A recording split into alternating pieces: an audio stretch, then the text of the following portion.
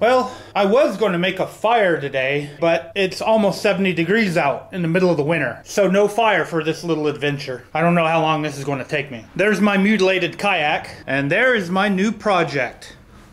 A Sears trailer I got for really cheap off of Craigslist. This is what I'm going to use to cart around my kayak now. I do need to do a few improvements and fix a few things on it. The tongue is definitely not long enough for a kayak, and these tires are in terrible condition. I'll probably throw a nice paint job on it as well, just use some Rust-Oleum. The tongue will be pretty easy to take off, and then I'll just get it extended. I'm thinking of using PVC pipes to put the kayak on. It had wood on it, my dad already took off the wood, so I'll have to rewire the lights after I paint it. So let's start taking this thing apart.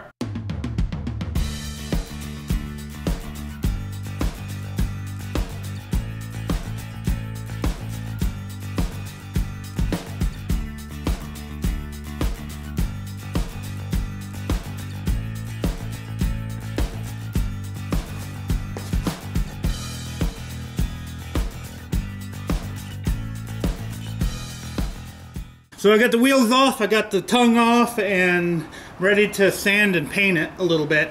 I gotta find Alan, my buddy, to get a longer tongue and replace the tires. See you when I start doing more stuff. Day 2 of the trailer repair and modification. It's finally cold enough for a nice fire. Technically it's been 2 weeks, but let's get working on the trailer. So I'm just painting it in increments. I get the surface rust off in a small area, wipe it down, spray paint it. And I'm gonna keep doing that for the rest of the bottom of this. Once I get tires and rims and I can flip it over, I'm gonna go over the top and do the same thing from the top side. This is not the best way to paint a trailer. When you got an old rickety trailer like this, it's good enough.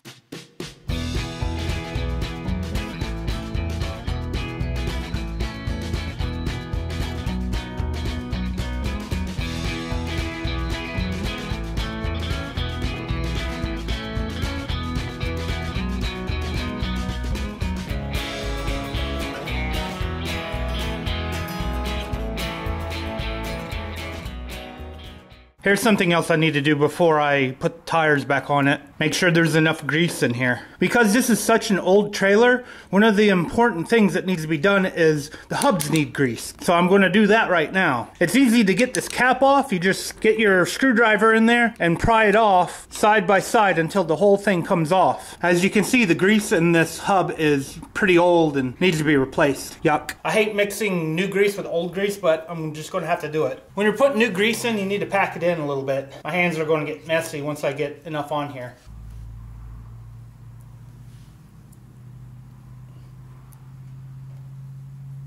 It would be better if I would take this apart and manually pack the bearings, but I'm not going to do that. It's an old trailer. Ew, yuck. Now that I got it packed and I get a little bit extra grease, I'm going to put the cap back on. It's kind of hard to work when the cat is in your lap. Alright, day 3. As you can see, a lot has happened to the trailer. My buddy came through with getting me some new tires. He had to get new rims as well. And he brought the tongue extension over as well. Okay, I wanted to clarify real quick why my buddy Alan gave me new tires and welded that tongue for my trailer. It's also the reason why my kayak got mutilated. My kayak with the roof rack came off my car. The manufacturer of the roof rack offered to replace the roof rack. So what I did, I had them replace it with a roof rack for Alan's truck. So he got me these parts so I could make a kayak trailer. And as a side note, this trailer took me a couple of months to get together. So let's continue on. This part is actually the old tongue, and that's the new tongue. As you can see, you can't even tell that they're welded together. And he did it properly. There's metal on the inside and on the outside. He's welded it together, and he sanded it off. Real professional job. And as you can see, I have a new canoe Frontier that I'm going to be putting on this trailer. I'll talk more on the new canoe another time. So now I'm going to paint the top of it, and then I'm going to primer that new metal. We still have to drill holes in the front for the coupler. And I'm going to use 2 3-inch PVC pipes as the bunks. And here are the 10-foot 3-inch PVC pipes I'm going to use as bunks. I'm going to have to cut them down to 8 foot. As you can tell, 10 foot is just a little bit too long. The middle of the trailer is going to be center of gravity, just to balance everything correctly.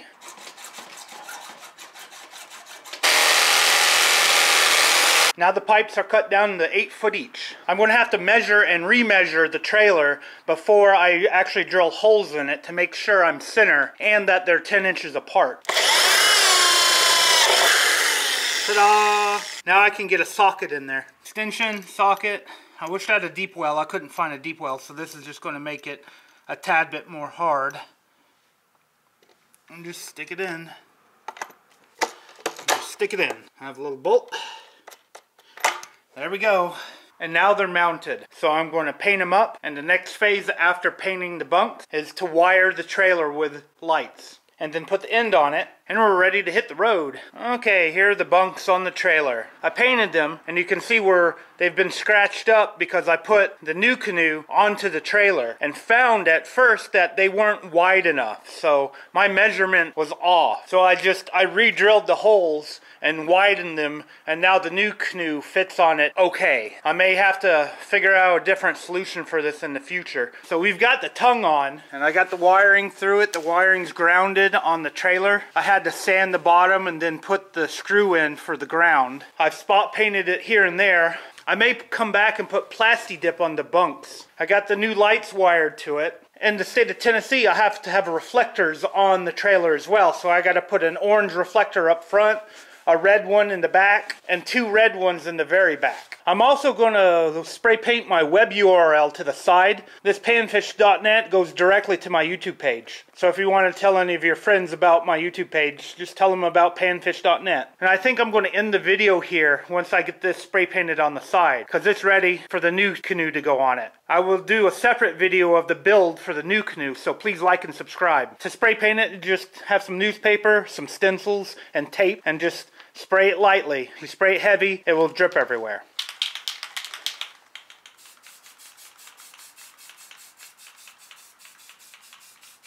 And there you go. Yeah, a little bit of overspray going on there. Thanks for watching the video. Hopefully the build of the actual kayak will be a lot better.